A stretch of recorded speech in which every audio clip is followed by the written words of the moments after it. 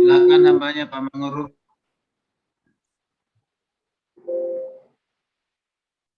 Mari kita berdoa. Biarlah kiranya Tuhan firman-Mu kami renungkan dan sungguh-sungguh mewarnai dan bahkan kami hidupi. Dalam nama Yesus kami berdoa. Amin. Shalom. Shalom. Shalom. Ya, saya mengutip firman Tuhan dari Filipi 4 ayat yang ke-7. Demikian firman Tuhan.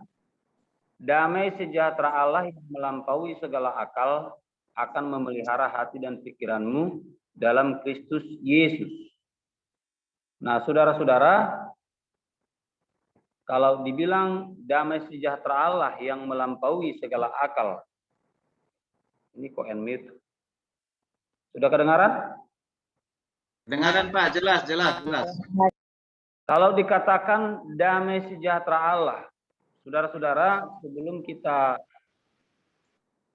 lebih dalam masuk kepada bagaimana orang akhirnya bisa merasakan damai sejahtera Allah, yang pertama kita harus tahu dulu, kita harus memahami dulu, mengerti dulu bahwa damai sejahtera Allah itu betul-betul menjadi modal, menjadi dasar, menjadi bekal utama dalam segala sesuatu. Jadi kalau dibilang damai itu ibarat air yang tenang, teduh, tanpa sedikit pun dia merasa terganggu. Itu yang disebut dengan damai. Jadi kalau ada air, permukaan air begitu tenang, kayaknya tanpa ada gelora, tanpa ada gelombang, dia tenang begitu, dan itulah gambaran dari damai sejahtera. Yang pertama yang harus kita ketahui adalah damai sejahtera itu bukan damai sejahtera manusia, karena dicatat di situ oleh Paulus, damai sejahtera Allah yang melampaui segala akal. Jadi seperti apa damai sejahtera Allah itu? Disebut di situ yang melampaui segala akal. Nah, kalau damai sejahtera Allah melampaui segala akal, tentunya akan jauh berbeda jika kita bandingkan damai sejahtera yang dimiliki oleh manusia pada umumnya yang tidak melampaui akal, hanya sebatas standar akal, gitu ya. Nah, itu dulu perbedaannya yang harus kita tahu. Jadi damai sejahtera Allah itu harus betul-betul melampaui segala akal. Dan yang harus kita rasakan sebagai orang percaya, sebagai orang Kristen, jangan sampai yang kita rasakan itu adalah damai sejahtera manusia. Karena saya mengamati, pada umumnya rata-rata manusia hanya merasakan damai sejahtera manusia. Hanya segelintir orang mungkin yang saya amati yang merasakan damai sejahtera Allah. Seperti apa damai sejahtera Allah? Damai sejahtera Allah sudah dicatat di situ melampaui segala akal dan pikiran. Melampaui segala akal. Nah, kalau ada damai sejahtera Allah yang melampaui segala akal dan damai sejahtera manusia itu hanya sebatas standar akal.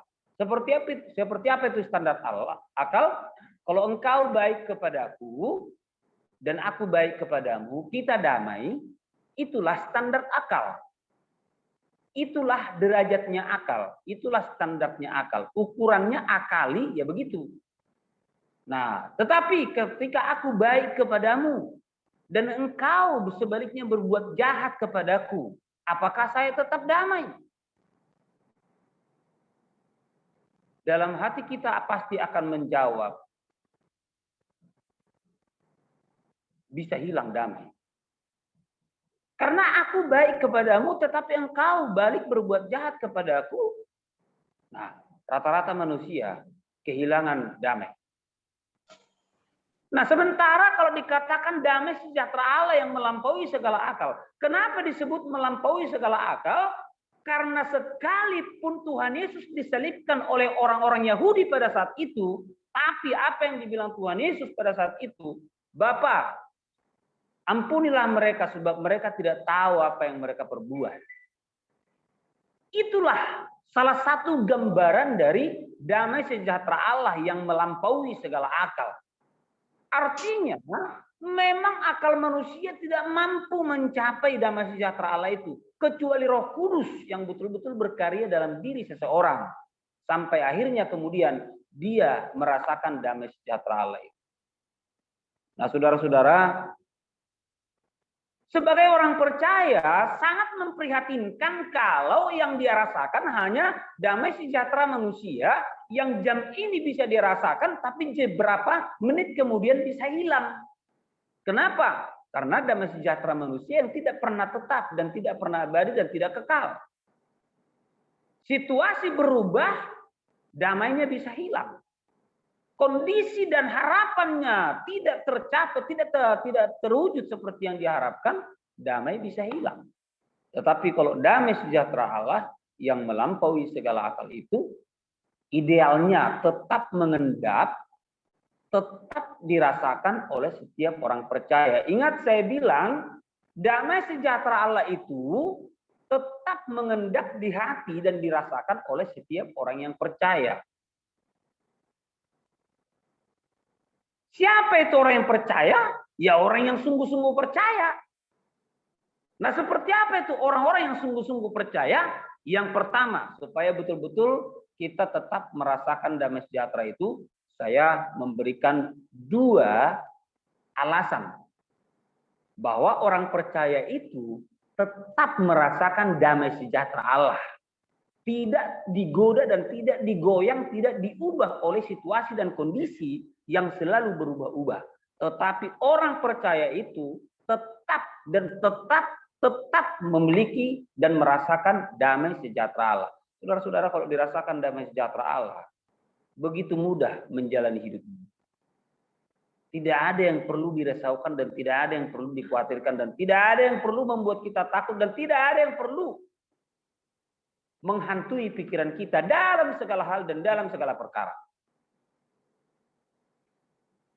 Nah, kalau sudah dirasakan damai sejahtera Allah, berbeda dengan damai sejahtera manusia. Nah, 2 alasan sehingga orang percaya itu sungguh-sungguh merasakan damai sejahtera Allah. 2 alasannya.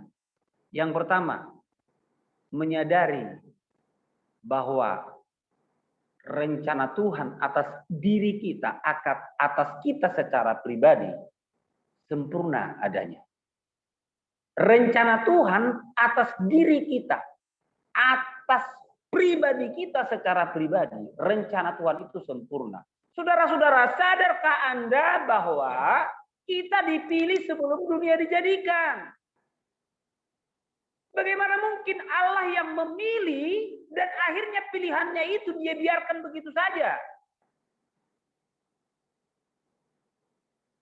Kalau Allah sudah memilih kita sebelum dunia dijadikan, maka setelah diciptakan segala sesuatu termasuk kita yang dipilih sebelum dunia dijadikan itu, hadir di dunia ini, berarti rencana Tuhan yang akan berlangsung sampai selama-lamanya, sampai Tuhan Yesus datang yang kedua kali, sempurna adanya. Kenapa bisa kita jamin bahwa rencana Allah atas diri kita secara pribadi sebagai orang percaya sempurna adanya? Karena Allah itu sempurna. Amin. Kalau Allah sempurna, karena kita percayai Allah sempurna, berarti rencananya sempurna. Rencana Tuhan itu tidak akan pernah diganggu-gugat oleh siapapun dan tidak akan pernah bisa diganggu dan disalahkan dan digoda oleh apapun. Karena Allah yang membuat rencana itu sempurna, maka rencananya pun sempurna atas diri kita secara pribadi. Sehingga kalau saudara-saudara, saya melihat orang-orang yang kadang-kadang mudah sekali terganggu. Mudah sekali terganggu. Hanya ada masalah terganggu. Hanya ada kelemahan terganggu. Hanya ada orang yang melakukan sesuatu yang tidak senonoh kepada kita, kita terganggu. Saya kadang-kadang bertanya, apakah orang ini menyadari rencana Tuhan yang sempurna? Kalau kita menyadari bahwa rencana Tuhan atas diri kita sempurna, tentunya kita tidak perlu terganggu. Dan tentunya damai sejahtera Allah itu akan tetap menjadi milik kita dan kita rasakan sampai selama-lamanya.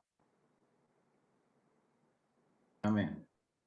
Nah, itu saudara-saudara yang harus kita ketahui. Rencana Tuhan sempurna. Tidak ada yang bisa mengganggu-gugat rencana Tuhan, termasuk iblis. Jangan pernah berpikir seolah-olah iblis berhak mengganggu-gugat rencana Tuhan. Bagaimana ceritanya iblis? Ada kuasa untuk mengganggu-gugat rencana Tuhan. Itu sebabnya Paulus mengatakan, jika Allah di pihak kita, siapa yang dapat memisahkan kita dari kasih Allah? Siapa lawan kita? Tidak ada yang bisa mengganggu-gugat orang-orang pilihan Allah. Karena ketika dia membuat keputusan untuk memilih kita, dia tidak perlu konsultasi dengan siapapun, dan dia tidak butuh masukan dari siapapun, karena dia tidak butuh penasehat, dan dia satu-satunya pribadi yang sempurna sepanjang zaman, dan rencananya itu pun sempurna. Nah, jadi saudara-saudara harus merenungkan sungguh-sungguh dan menyadari rencana Tuhan sempurna untukku. Jadi kalau ada lagu yang mengatakan, apapun yang terjadi dalam hidupku ini, tak pernah aku ragukan. Hei orang Kristen, jangan nyanyi hanya di mulut saja. Mestinya menyanyikan itu dengan penuh penghayatan. Bahwa betul-betul tidak akan pernah kita meragukan kasih Allah. Rencana Allah. Apa yang sudah dia tetapkan sebelumnya. Apa yang sudah dia patok sebelumnya. Dan itu kekal sampai selama-lamanya. Dan tidak ada yang bisa mengganggu-gugat orang-orang pilihan Allah. Karena Tuhan membuat keputusan yang sempurna. Tuhan membuat rencana yang sempurna. Tuhan membentangkan sejarah dari yang sudah terjadi dan yang sedang terjadi sampai dengan yang akan terjadi sempurna adanya. Itu yang harus kita ketahui supaya betul-betul kita jangan sampai tidak merasakan damai sejahtera Allah yang melampaui segala akal itu. Jadi saudara-saudara yang di asrama, kalaupun saudara-saudara merasa tidak enak antara satu dengan yang lain, ingat, orang percaya rencana Tuhan sempurna dalam hidupnya. Dan tidak akan pernah ada yang bisa mengganggu-gugat rencana Tuhan itu. Termasuk, saya bilang, termasuk iblis. Tidak berhak mengganggu-gugat rencana Allah. Saudara tahu dialognya Tuhan dengan dialognya iblis dengan Tuhan. Tuhan bertanya kepada iblis di kitab Ayub, dari mana kau, katanya. Iblis jawab, keliling-keliling mengitari dunia. Dan setelah itu Tuhan tanya, apakah engkau bertemu dengan hambaku Ayub? Iblis jawab, ya karena kau pelihara dia sedemikian rupa, maka dia sembah kau, katanya begitu. Oke, sekarang saya persilakan, saya berikan kuasa kepadamu kecuali nyawanya. Dan setelah itu Ayub mengalami penderitaan yang tiada taranya. Sampai-sampai memang hampir kehilangan iman. Saya bilang hampir kehilangan iman. Tetapi ketika Ayub ragu-ragu tentang semuanya itu, kenapa aku begini? Kenapa aku begini? Maka Tuhan menjawab dia, ketika aku bentangkan langit, kau di mana? Ketika saya buat samudera raya, kau di mana? Kurang lebih seperti ini perkataan Tuhan kepada Ayub. Sadarlah bahwa semua adalah rencanaku, termasuk iblis yang hadir mengganggumu, itu adalah rencanaku. Dan jangan berpikir bahwa iblis itu seolah-olah berhak untuk mengganggu rencana Tuhan. Ingat baik-baik.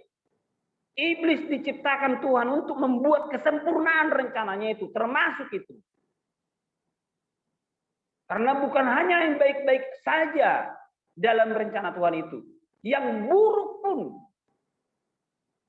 menjadi pelengkap kesempurnaan rencana Tuhan dalam kehidupan kita sebagai orang percaya sampai hidup yang kekal. Nah, yang pertama kita harus menyadari, alasan yang pertama supaya tetap merasakan damai sejahtera itu yang pertama adalah rencana Allah sempurna atas diri kita secara pribadi sampai selama-lamanya, dan tidak akan pernah itu terganggu dan tidak ada yang berhak mengganggu gugat rencana Allah. Yang kedua, saudara-saudara, tadi yang berdoa syafaat, dia kutip sedikit ayat itu, Roma 8:28, segala sesuatu mendatangkan kebaikan. Kalau dalam terjemahan Batak lebih hebat, ya. Taboto dosa luhuk dan manupak sudah denggan. Semua mendatangkan kebaikan. Kita tahu sekarang bahwa semua mendatangkan kebaikan. Jadi tidak ada yang mendatangkan keburukan. Anda dijahati orang mendatangkan kebaikan. Anda ditipu orang pun itu mendatangkan kebaikan. Anda dihianati orang sekalipun itu mendatangkan kebaikan. Jangan sampai tidak merasakan damai sejahtera karena ada sesuatu yang janggal kau lihat. Sekalipun apapun yang janggal kita lihat, yang sepertinya terjadi di luar dari yang kita harapkan, kalau kita percaya bahwa semua mendatangkan kebaikan, kita nggak perlu kehilangan damai sejahtera Allah. Kita akan tetap merasakan damai sejahtera Allah itu. Saudara tahu kalau orang yang senantiasa merasakan damai sejahtera Allah, nah kalau ketenangan, itu kan saya bilang tadi damai itu ibarat air yang tenang tanpa gelora, tanpa ombak. Gitu ya, sebenarnya nggak mungkin laut tanpa gelora, tanpa ombak. Tetapi ketika Yesus berkata kepada murid-muridnya, marilah kepadaku yang letih lesu, Matius 11 ayat 29, marilah ayat 28, marilah kepadaku yang letih lesu dan berbeban berat. Aku akan memberikan kelegaan kepadamu. Kelegaan itu adalah ketenangan. Kelegaan itu adalah damai. Dalam terjemahan King James dibilang, I will give you rest. Jadi saudara tahu resting, istirahat, tenang, damai, damai yang penuh. Itu rest. Nah, kalau orang sudah terasa rest, wah, hidup ini indah. Hidup ini kebahagiaan. Dijauhkan Tuhanlah kiranya sampai ada orang yang daripada antara kita yang mengatakan hidup ini kegelisahan. Dijauhkan Tuhan kiranya kalau sampai ada orang yang mengatakan hidup ini menyusahkan. Hidup ini apa segala. Aduh, saya bilang hidup ini kebahagiaan. Hidup ini anugerah. Hidup ini berkat. Amin.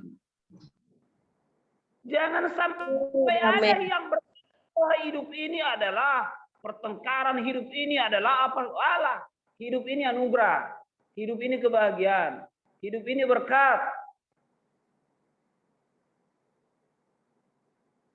Nah, itulah yang harus kita rasakan sebagai orang percaya. Mari kita berdoa. Terima kasih Tuhan, kami bersyukur kepadamu. Kasih setiamu yang senantiasa memelihara kehidupan kami. Biar damai sejahtera Allah yang melampaui segala akal itu betul-betul kami rasakan senantiasa sampai selama-lamanya. Dalam nama Yesus kami berdoa. Amin. Saya kembalikan kepada yang bertugas. Terima kasih Pak Mangrove, hambanya, Mas Yahan.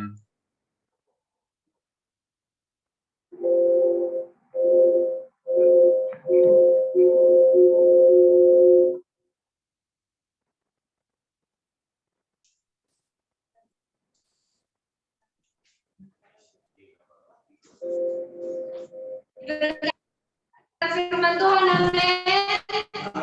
Amin. Biasanya kita akan menaikkan segala doa pokok doa syafaat kita yang dipimpin nanti oleh Ibu Froli. Namun sebelum itu, mari sama-sama kita katakan satu-satunya kuandalkan Engkau Tuhan yang setia. Udah nggak di laptop HP bisa baca ya?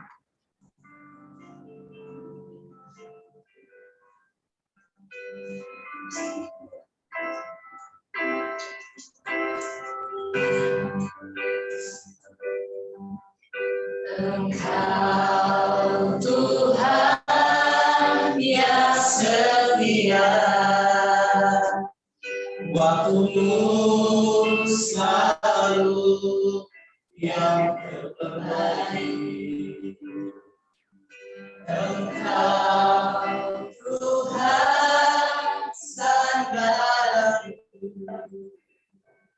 yang ku hanya